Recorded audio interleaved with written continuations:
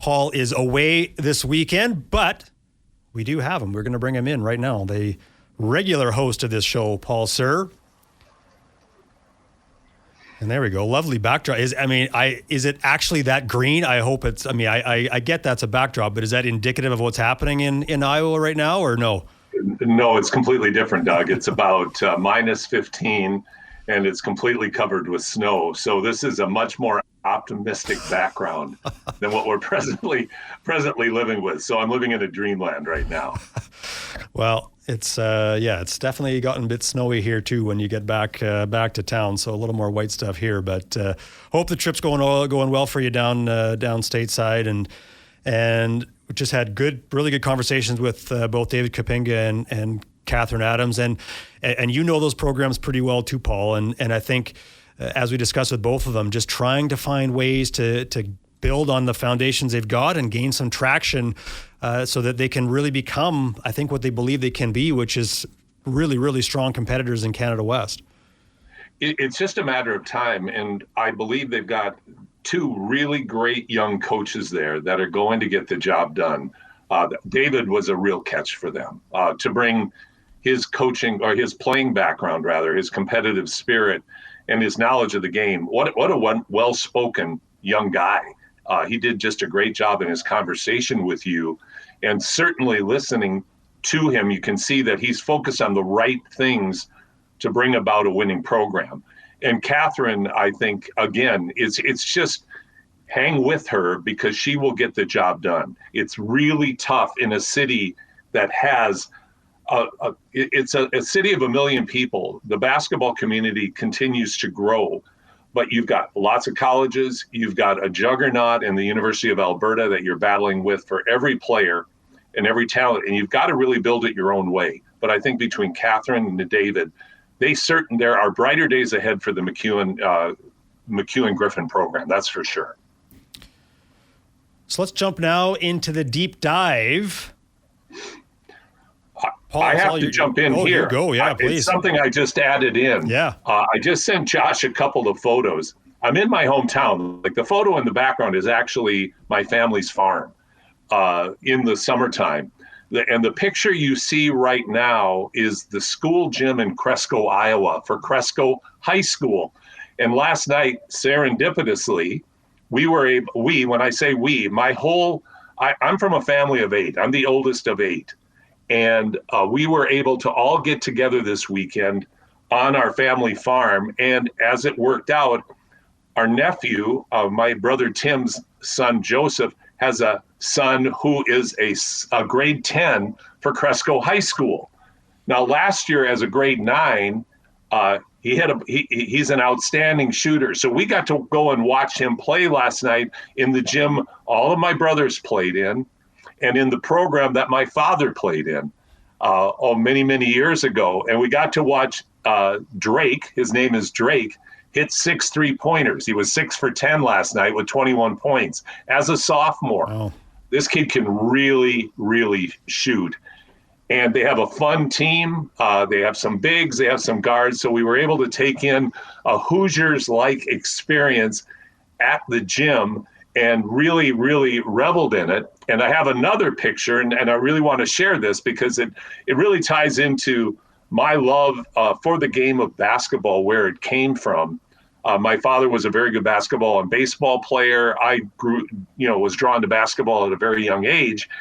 And as I mentioned, I'm the oldest of 8, and I have brothers and sisters that all played not just high school ball. They were all first team, all conference players, and they all played post-secondary basketball. So I have 4 brothers and a sister that all played and all played very successfully. And I think we were calculating there was about 6,000 points scored between us in high school. And so our family is a basketball family.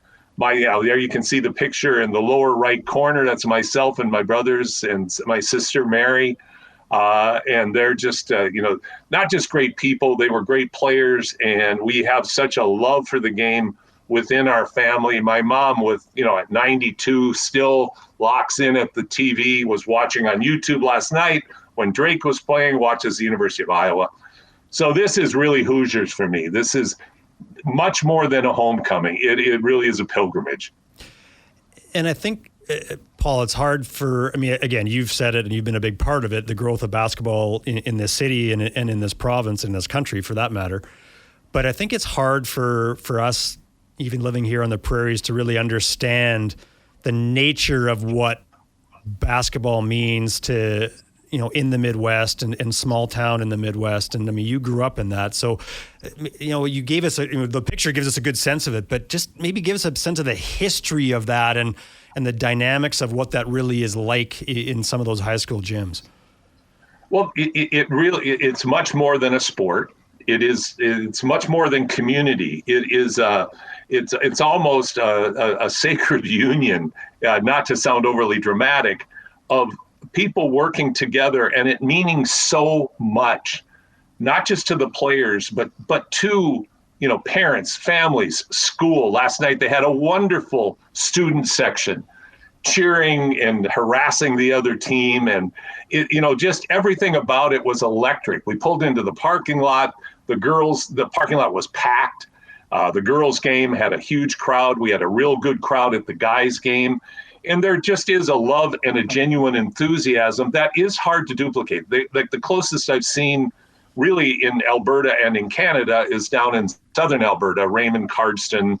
I mean, those towns have a very similar American style passion for the game.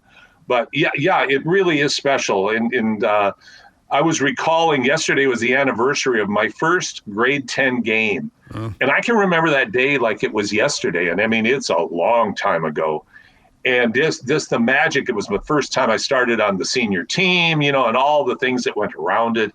But it was just so much more than just the game of basketball and how it influences your relationships, your life, everything. The ties are really, and they're organic and they're tradition and they're over generations. And you can't just manufacture that. And it just has to be its own thing. And we certainly had that sense last night to come into the gym together, watch Drake play so many years down the road from when my dad first took the court in Cresco in 1949. Wow. We just have so much history and love for the game. And to be able to go and experience that was just something that was really, really special. Well, and to bring it to a bit of a local context, I mean, you think about, we mentioned earlier in the show, the Reb Invitational next week and some of the other big tournaments are going that I think do a good job of bringing some of that atmosphere that you talk about. But again, it's just, it's talking to people like yourself, it's embedded differently, I think, in certain parts of the U.S. than we experience here in this country. But I agree with you. I do. The passion that so many people in Edmonton, in Alberta, in Canada have for this game and how they're doing their best to create this experience. Anybody that can go to the Totem Hoop Classic can go to the Reb. You're going to get passion. You're going to get emotion. You're going to get when you're there, you're part of something special. Here, it's something special for virtually every game. That's the difference. Where in Canada, to this point, it's still one-offs, but it's getting better and better. There's so many people dedicated to the sport of basketball, to growing it, to playing it, to coaching it, officiating it, and it's growing. It's coming. New Canadians come in. What are the sports they love? Soccer and basketball. Those are the sports that they're drawing to. Basketball continues to grow and evolve. I mean, we're going to talk about the NBA and Canadians in just a second, Doug. But it's on a great trajectory. It just has to happen organically. Yep. You can't force it. 100%. Couldn't agree more. And with that, let's jump to Gimme 5. Josh Fenwick, let's bring you in with some really fun questions we're going to dive into here over the next little bit in the deep dive. There's the guy. Yeah. Man, Josh, you're a lot better looking than I remember. You look really good on camera. Thanks. I also got a haircut. Hi, Mom. Oh, my By the way, got a haircut. You're the full deal today. Yeah, I got a haircut too, so we're all doing that here. Looking really great over there, Doug. I'm a little blinded, Doug, but no, it's okay. It's the permanent haircut. It's good. It's just... Yeah, all right, gentlemen, give me 5 on the deep dive. Oh, that rhymed. All right. Good. A lot of Canadians balling out in the NBA right now. What are the standouts? And And in one case, what is a really surprising performance that you've seen from a Canadian in the NBA? We got a lot of guards, but then, there's some forwards and things, but Nemhard twins, SGA, Jamal Murray, likes of those. Who's been standing out and who's been surprising? Ryan Nemhard, who played at Creighton and then transferred to Gonzaga, led the nation in assists in his last year in the NCAA. 5'11", 160 pounds. He has gone to Dallas, and I think it's very well documented and people are aware of the Dallas drama, the ridiculous Nico Harrison trade of Luka Doncic to the Lakers for the outstanding but oft-injured Anthony Davis, all of us. And then they somehow, by, the basketball gods smiling on them, get Cooper flagged. But with the injuries that they've had a rough start out of the gate. So here comes this skinny little Canadian guy, and he lights it up. And he's doing a great job. He's like the glue guy for this team. And now they're reeling off wins, and they're looking like a team that you really don't want to play, where that 2 weeks ago you were looking forward to playing them. Cooper Flagg continues to come into his own. The Dallas Mavericks still have a bunch of injuries, but a big key has been Nemhard, who dropped 28 the other night, unexpectedly 28. So, the thing though is you can't teach size, but you also can't teach character. And this kid has loads of character. He's diminutive in size by NBA standards, but he proves once again it's the size of your heart and the size of your your basketball IQ that's going to lead you to success. So he's been such a pleasant surprise in the early going and solidified this struggling Dallas Maverick lineup. But my gosh, a few years ago, Doug and Josh, we were making a big deal out of the fact that there were over 20 Canadians in the NBA.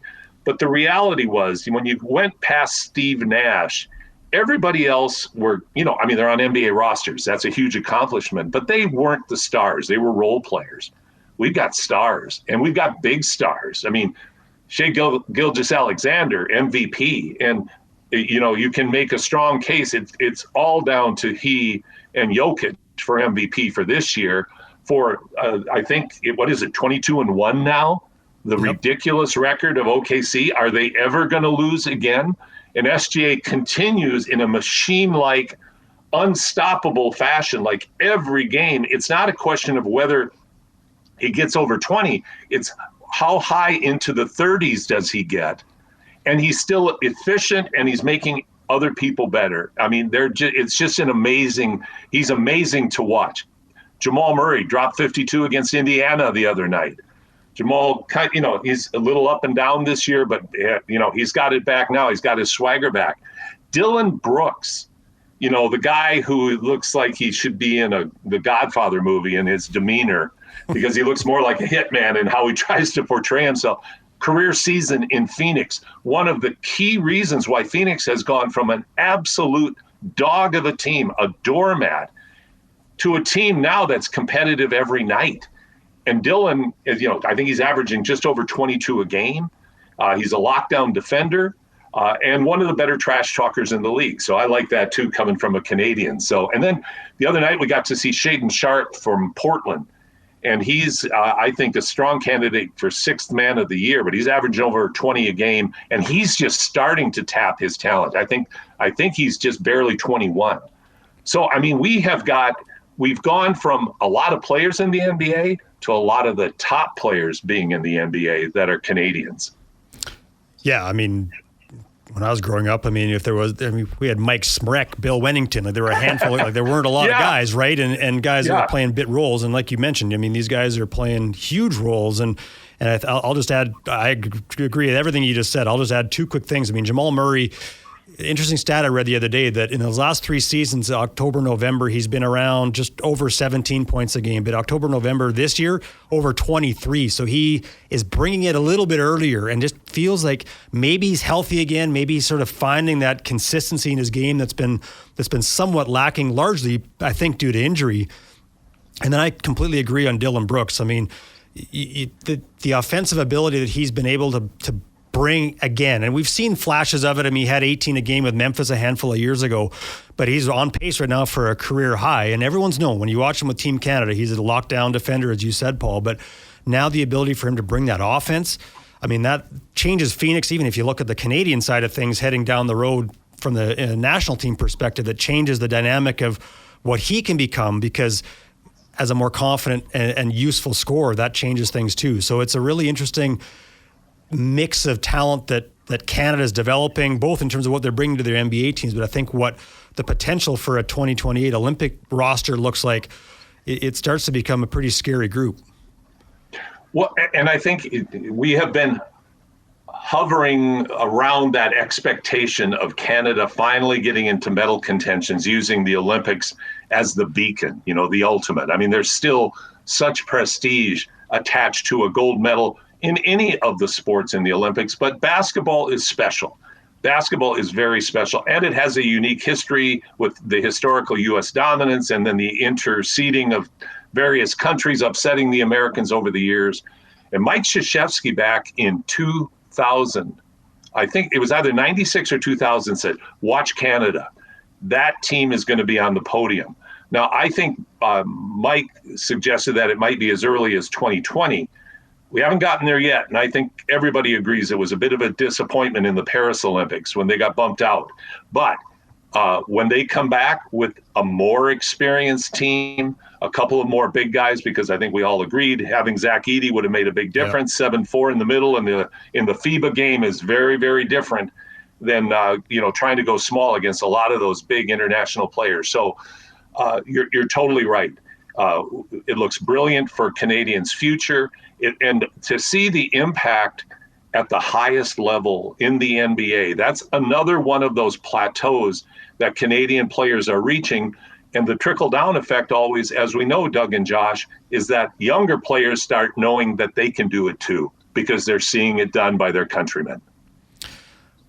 Let's step out. We're going to come up against a break here. Let's step out, and then we'll come back. We've got 4 more questions to go in Gimme 5. It's Doug McLean, Paul Sir, Josh Fenwick. It's Hoop City here on Sports 1440. Doug McLean along with Paul Sir. As we continue here with Josh Fenwick and Gimme 5. We got through question number 1. Let's jump to number 2. All right, gentlemen. Question number 2. The Raptors, they lost pretty dramatically to the Lakers, and then they lay an absolute egg against the Charlotte Hornets last night. But the big storyline of the last 2 games, LeBron James, his double-figure scoring streak ends. 1,297 games. Second place, Michael Jordan, who had a not too shabby 866 straight games with double-digit points. He's in second. Can LeBron's streak ever be broken? I look at it like Stockton's assist and steal record. It's never good. They probably will never be broken. I mean, get this. LeBron last scored in single digits in 2007 when Steve Jobs was announcing the first iPhone. That's one of the many little stories surrounding this. It's an incredible historical run. And of course, there's always the GOAT debate, who's the greatest of all time. That's a whole different debate. But I just think this is an unreachable streak for anybody to be able to match that. Now, you say that. You look at Gilgeous-Alexander. It's hard to imagine him ever scoring in single digits. Any record can be broken, but this is one of those that, as I mentioned, other ones like Stockton's that are just going to be really, really, really difficult to have a shot at. Yeah, I mean, this makes for boring radio because I can't argue with any of that. I think that's 100% true. I mean, the fact is that, and I mean, Gilgeous-Alexander is an interesting example. I mean, I think this year he's had 2 games of 23. Beyond that, he's been basically in the 30s and in the 40s all season long. So, but you look at a LeBron or a Jordan, I mean, focal parts of those teams' offenses for years and years and years and years and years. And that's the piece that has to continue to happen if you're SGA or whoever that can have a streak like that. I don't think it's breakable. I think it's impossible. But we might have been saying the same thing about Jordan at 800 plus. So you never know. But The only thing that makes me pause a little bit is just that these athletes are so well conditioned and so well trained now that they can play. It's the longevity piece. And again, like you said, Paul, we can get into the debate of who's better, Jordan or LeBron or others, but it's that longevity piece that is the one area where if you have an SGA, just to use him as the example, that can continue to be part of really, really good teams. And he has the kind of game that allows him to produce night in, night out. Like he's not heavily reliant on the three-point shot. He's a guy that can score all over the place, just like LeBron could, just like Jordan could. So if there's a guy that could do it, it's probably him. But that longevity piece is the one that I think you have to have. You have to stay healthy. That's not ever always in your control. So I think it's unbreakable, but you never know. Never know. It's one of those fun little asterisks that you look at and you see, and you kind of have the opportunity to reflect on what a remarkable career LeBron has. Real quickly before we jump to number 3, I'll just touch on the Raptors. We're seeing cracks right now with the Raptors. They had a 1-4 start, then they went on a real nice streak, mostly against weak teams. And I think a lot of people said, okay, let's see when they start playing better teams. Charlotte's not a better team. And I think, but you also have to look at the injury bug. I mean, they didn't have Pirtle again. RJ Barrett's been out for a few games. Ingram had a dreadful game. As Scotty Barnes too, they looked tired. They played tired. There's a great story happening in Charlotte right now with Con Knippel, the Dookie that we're going to talk about in the next question. Kind of reinvigorating a very, very a franchise you never even think of. Like when you think of the NBA, do you ever think of those Charlotte Hornets? Never, ever are they thought of. Knippel's made them relevant. So hopefully the Raptors can get back on track. Hopefully, more importantly, they can get the injured players back and the starters can stay healthy, because if they do, they're a pretty darn good team. Jump to number 3. Yeah. Just one more thing I want to add on the LeBron thing before we go to number 3, guys. So Kevin Durant currently has the longest streak now of double-digit point games in a row. He would have to score 10-plus points if he played all 82 games a season for the next 12 seasons to break LeBron's record. So why not? That's what I love stats. Yeah, you can make anything interesting with stats. You really can. Just a fun little addition there. All right, number 3. There's a lot of new kids on the block in the NBA right now. You got big names like Cade Cunningham, first overall pick, and his running mate in Jalen Duren in Detroit. The Dukies, you said, Con Knippel, Cooper Flagg, and then people that were sort of written off but are still quite young, and like Josh Giddey and Denny Avdia. Austin Reeves is having a monster year, and a bunch of other players around the league. What do you take of these? What's your take on these new kids on the block here? Man, oh man, are they fun to watch? Like Detroit, you talk about going from the outhouse to the penthouse. Like that's a lot. I guess I'm in Iowa too long. I'm starting to make a rural Iowa analogies. But Cade Cunningham and Jalen Duren. I mean, Cunningham you knew was going to be really good when he came out of college. Duren has, I won't say come out of nowhere, but I think his development has been he's gone much further, much faster than anybody thought. Like, this guy's really good. Like, really good, both ends of the court. He's a great defender, great rebounder. His offensive game continues to get better and better. And when you look at the amazing turnaround in Detroit, I mean, 2 years ago, what did they lose? Like 38 games in a row. Yeah. There was some ridiculous stat from a couple of years ago. They were unbelievably bad, and thinking this is one of those multi-year rebuilds. And lo and behold, 2 years later, they're in the thick of it and arguably the best team in the East. And Cunningham and Duren are fabulous. It's fun to watch Knippel and Flagg because, everybody expected Cooper Flagg to be great. I think he's off to a good start. I don't think he's blown people out of the water with his start in Dallas, but when you watch him, he's getting better and better every game. He's the first player since LeBron James as an 18-year-old to have 3 consecutive 20-point games in a row. Like, the guy's really, really good. He's gonna live up to his billing over his career if he avoids serious injuries. There was always questions about Con Knippel, whether he was going to be able, is he quick enough? Is he athletic enough? Well, we know the answer now. He's not only really good, he's really tough. And he's just been a lot of fun, and he's made a very boring Charlotte team, I think, a team of interest and a lot of fun to watch. But I thought that was a great term, Josh, like some of the forgotten ones, like Josh Giddey got unceremoniously traded from Oklahoma City. He's helping Chicago get better quickly. He's really good. Watching Denny Avila from Portland, I don't know if you've seen him play, Doug, but my gosh, Israeli player. Yep. That, of course, makes him unique anyway. But what this guy can play, and man, is he fun to watch. The versatility in his game, his ability to read the game, score, pass, set people up. He's long. His ball handling and passing skills are great. He's just a real pleasure to watch.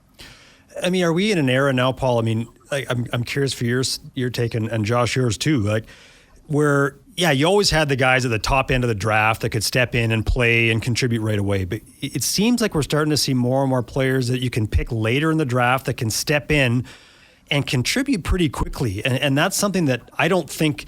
If I think back on years past in the NBA, that wasn't the case. And so are we at a bit of a different era too in terms of how young players are even being deployed and used and the fact that they can step in and contribute to some degree right off the hop?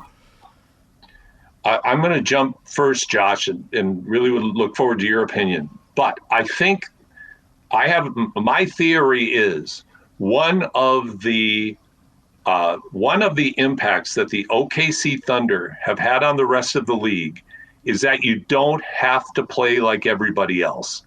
You don't have to play small ball. It doesn't have to be all threes and layups. And, poor Josh has heard me rail on analytics over and over and over. And you have too, Doug. I bore everybody to tears with it. I'm with you. So, hey, it's all good. Well, it takes the humanity out of the game and turns it into a statistical stew, a nonsense stew of guys with pocket pens that never played. And so but I think deploy is a great word because there are so many players that bring unique talents into the NBA. And I think what teams are doing a much better job on is accepting individuality and identifying unique talents and skills and building systems that give people the opportunity to take those elite level skills and be successful. And Gilgeous-Alexander leads the pack from this standpoint of he has popularized the maligned mid-range game. So now more players are shooting teardrops, pull-up jump shots.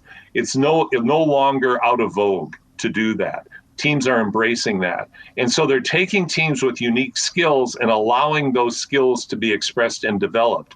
I mean, Austin Reeves, we mentioned him. I mean, he's killing the league. The guy's averaging over 28 a game. He's tearing it up. It's one of the reasons I think he's the main reason LeBron James is taking such a secondary role, because we knew Luka was going to be ball dominant, but you had no idea that Austin Reeves was going to be an upper echelon scorer and talent and impact the Lakers the way that he has.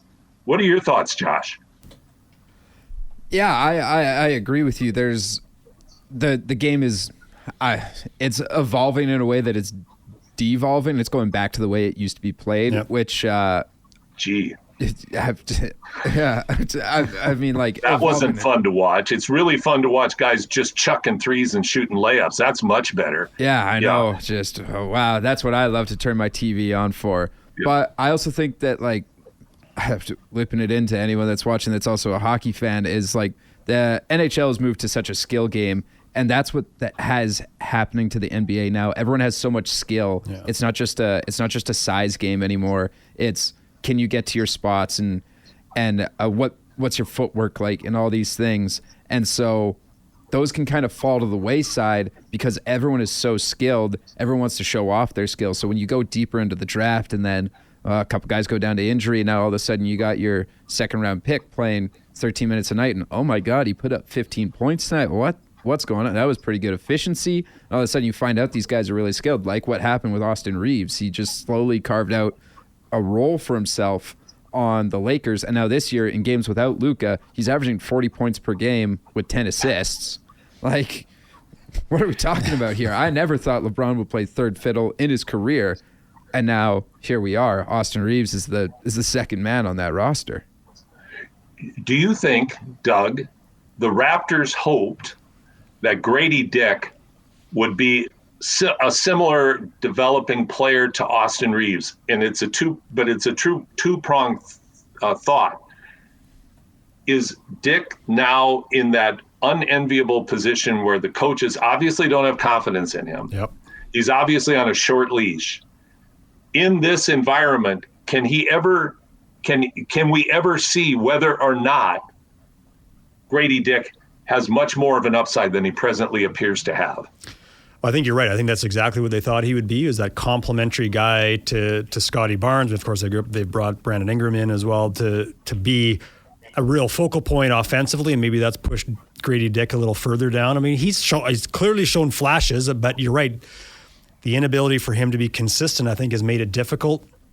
But maybe now, I mean, again, and you hinted at it earlier. I mean, they had a tough start, good run, tough little stretch here lately. Does that allow a guy like him to get back in? And I think you brought up a great point earlier that teams need to figure out what they are rather than trying to figure out what everybody else is and combat or become exactly that. And so I use that just to say that I think a guy like Dick that has a decent stroke, he's some versatility to his game as well.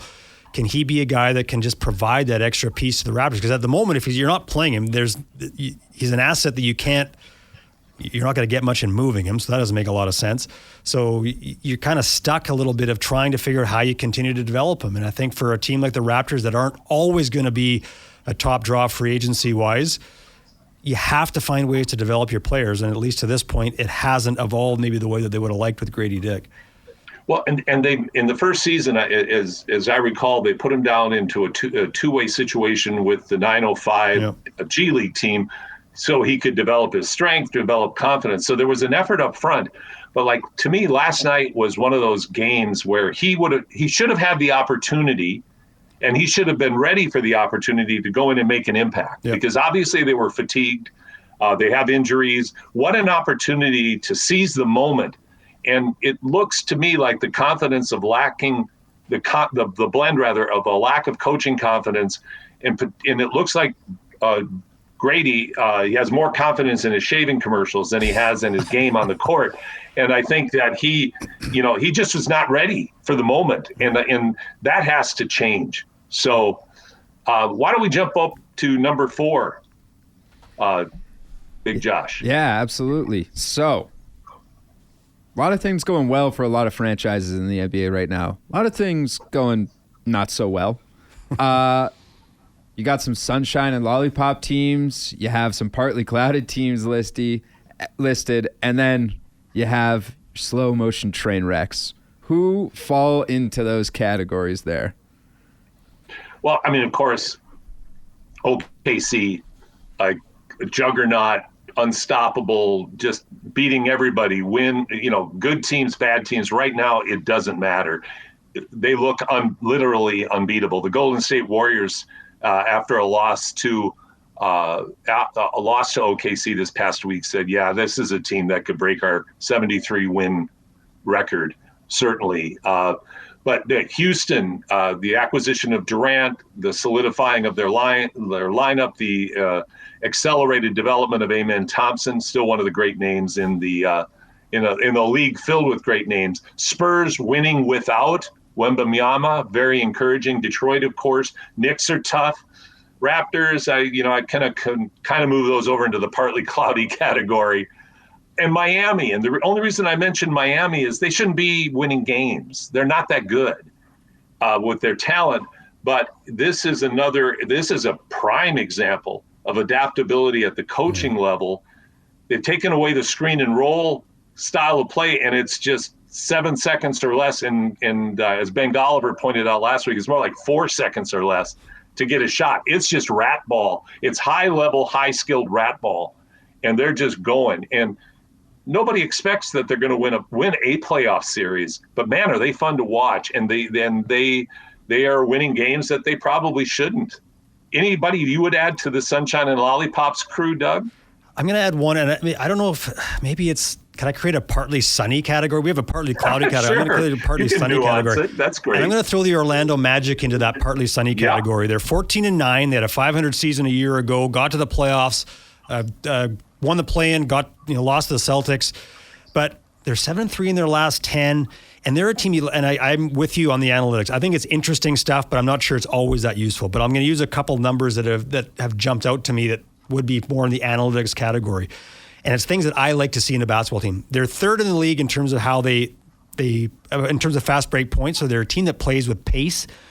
They lead the league in drive points per game, and they're fourth in second chance points. Those are some underlying things that, in my mind, push you to become a better team. You've got Franz Wagner has been really, really good for them. They get Paolo Banchero back.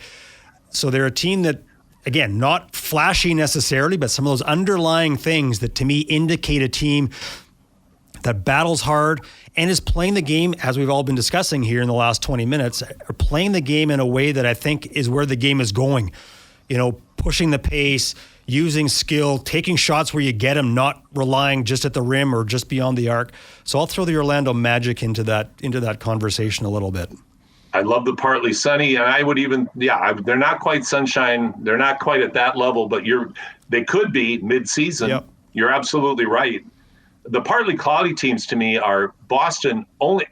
In a lot of ways, I think they're in that partly sunny category that you've created, Doug, because I think they're exceeding expectations. Without Jason Tatum, with the amount of salary that they had to dump and the talent they had to unload, for them to be winning games. And the other night they played the Timberwolves, and Jaylen Brown and Anthony Edwards just put on a show of just such high skill offensively.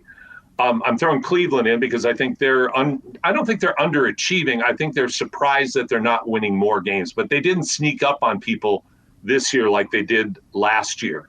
And I think that's a team that should get better through the year.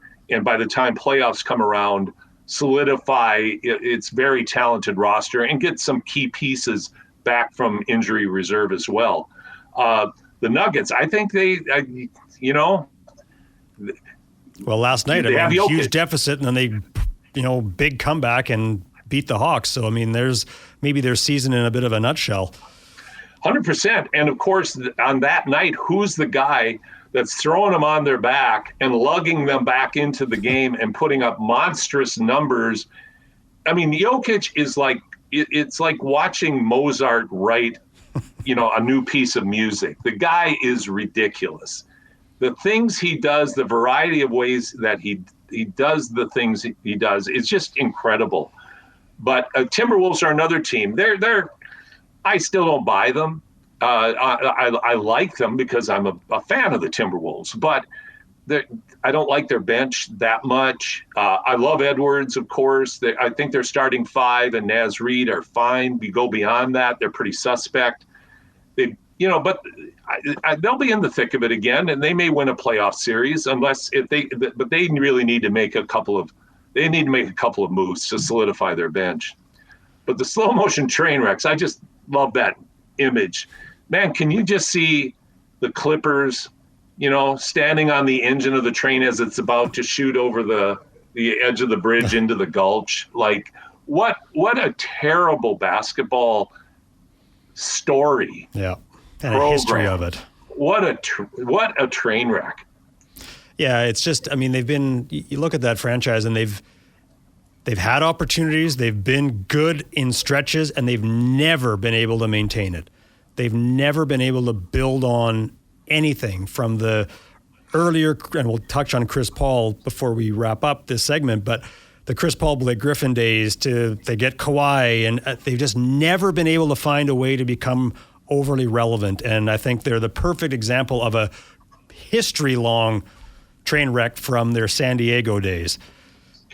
The Elgin Baylor curse. Yeah. Elgin Baylor, the great NBA player, absolutely a cursed general manager. I don't know if it was because he just wasn't good at his job or it was just a poisoned culture right from the start. But you're right. And I think that's a perfect time to bring in point number 5. Chris Paul gets the boot unceremoniously at this stage in his career. But you know what? if I had to just say outside looking in, you never really know what happens unless you're in the boardroom with the people. That's Chris Paul's fault. Yeah.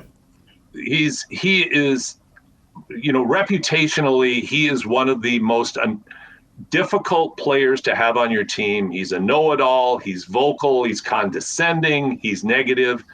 And I heard one of the shows the other day. What was the guy's name?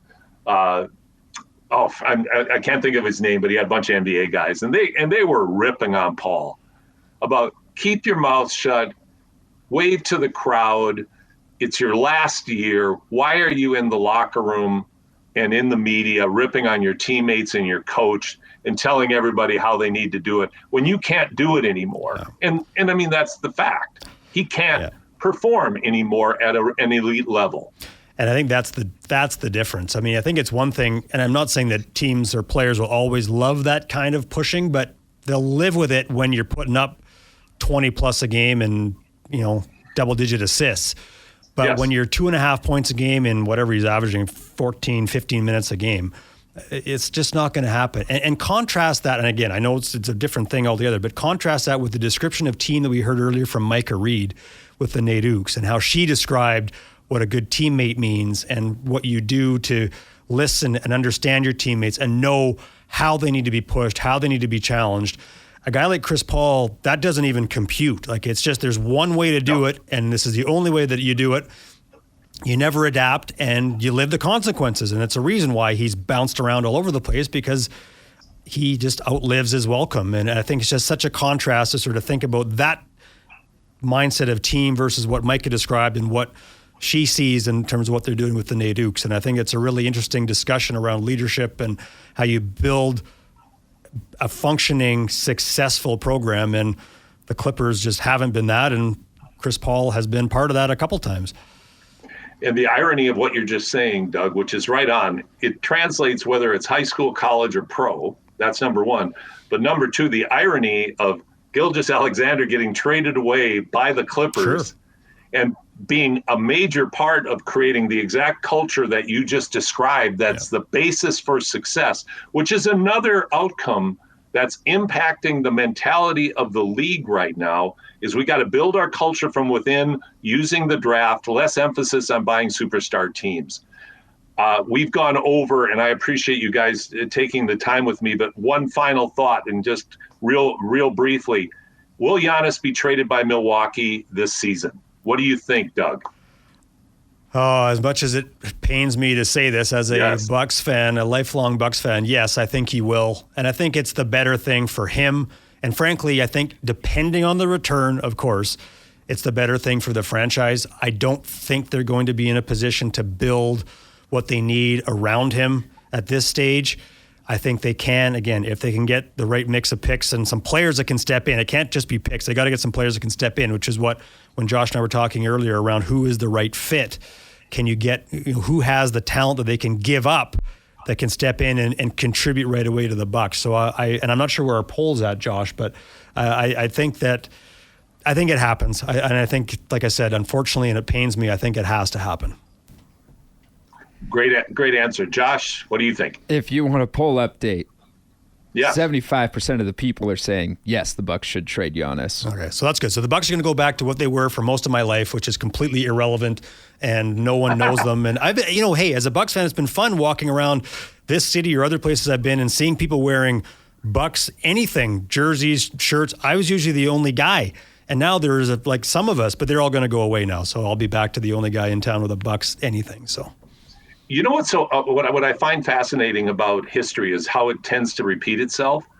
I think of Portland. Let's draft big guys with bad feet, and take it at a high pick. And no, we don't need Michael Jordan. Let's take Sam Bowie. That's right. But then they draft Greg Oden. Yeah. Milwaukee had a fellow by the name of Kareem Abdul-Jabbar, and this is the same identical scenario.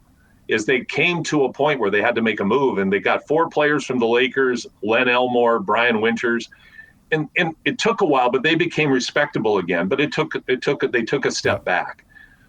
I see it as well, though, as an inevitability. It kind of is at that critical mass point now that Giannis is still hungry for a championship, probably not going to happen. Small market teams, they can't go into the second apron and start trying to pay people to build around him. So if you can find, as you pointed out very well, Doug, if you can find a good return on trading Giannis, it probably will be an inevitability. And we'll see if Milwaukee, I mean, they've given it their best. They've won a championship. I think Giannis has been a great citizen for their great representative for their franchise. I don't think he's an ungrateful man. No, I just think it's one of those things that's kind of reached the end of its run, and it's time to move on. It'll be one of those situations where a player gets moved and the city still loves him and he still loves the city. I think that's going to be something that doesn't often happen in any sport. And I think that will happen in this situation. And I think that says a lot about him. And I think hopefully says a little bit about the franchise as well in the Milwaukee Bucks. So we'll see what happens. We'll keep an eye on that. Absolutely. Well, Paul, I know you've been away and enjoying some family time, so continue to do that. And thanks for hopping on your show. And I've kept the seat warm. I hope it's all good for you when you get back next week. You guys have done a great job. Thank you, everybody, for listening. I really appreciate it, and looking forward to being back next week. But Doug, can't thank you enough. My pleasure. Have a great weekend. My pleasure, Paul. Always happy to do it. That's Paul Sir, the namesake of this show, the guy that runs so much about basketball in the city. We're going to step out for one final quick break. We'll be back to wrap up the show. You're watching and listening to Hoop City on Sports 1440. Wrap things up on a Canadian winter day. That seems fitting. So Doug McLean along with Josh Fenwick just had Paul Sir on talking all things NBA. We've had a great show. David Kapinga, Catherine Adams from the men's and women's programs at MacEwan. Had Micah Reed from the Nadukes earlier on. Really enjoyed that conversation to hear her experience putting up 46 and 14 threes on a 9-2 Nadukes team as they head into the second half of their season.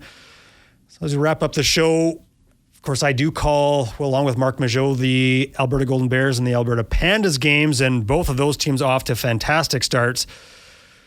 The Pandas are 10-0, number 2 in the country, and they've just been steamrolling teams so far this season. They've got depth. They can score all over the place. They push the pace. They'll press you to death. They can defend. They've got a really, really tough matchup. The only team ahead of them in the national rankings will be here first weekend of January. The Saskatchewan Huskies will make their way to the Saville Centre to take on the Pandas. That'll be a great weekend. So, definitely get out to watch the Alberta Pandas, Alberta Golden Bears, get out to watch MacEwan. There's some great basketball being played in this city. Golden Bears under new head coach Jeff Pippis, they're 8-2.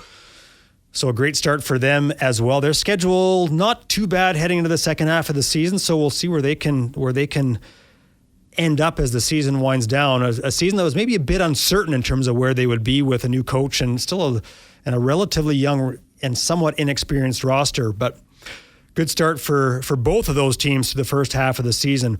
I know Paul talks a little about 3x3. Just want to touch on a couple things on that front. The FIBA 3x3 AmeriCup, the Canadian women finished second. I believe that was last weekend. They fell 21-19 to the United States in that final. Catherine Plouffe, Paige Crows, and Jade Belmore, who played at the University of Regina, and then Marissa Russell, part of that team. And then the Xiamen 2026 FISU World Cup 3x3 basketball. So FISU, the world governing body for university sport, that was recently held in China. And the Carleton Ravens, their women came away with the gold medal in that tournament. Ingrid Matteau, Tatiana Burke, Dorcas Buiza, and former MacEwan Griffin, Noelle Kilbreth, was on that team. And so they won a gold medal at the FISU Cup of 3x3 basketball that takes place every year. It's typically been held in China, but it has moved around a little bit as well. So good to see the 3x3 side of the game continuing really strong for Canada, and especially on the women's side of that. Mention the Totem Hoop. I'm going to get that right one of these days, Josh. I don't know what is going on here. The Totem Hoop Classic. Girls final tonight at 5 p.m. and the boys final at 7 p.m. tonight over at Ross Shep. And then the Reb Invitational next week at Jasper Place. So some great basketball going on in the city that you certainly encourage everyone to get out to. And on that note, we're going to wrap up. Josh, appreciate you guiding things along and making sure I didn't drive this thing and become my own slow-moving train wreck. Hey. So I managed not to do that here today, so that's a what win. The producer's for, man. Well, love working with you. Really appreciate all the help leading up to today and on the show here today as well. So on behalf of Josh Fenwick, Paul Sir, all of our great guests, really appreciate everyone tuning in here on Saturday morning for Hoop City. Paul will be back in this chair next Saturday morning at 10 a.m. with another edition of Hoop City. Enjoy the rest of your weekend. Thanks for tuning in.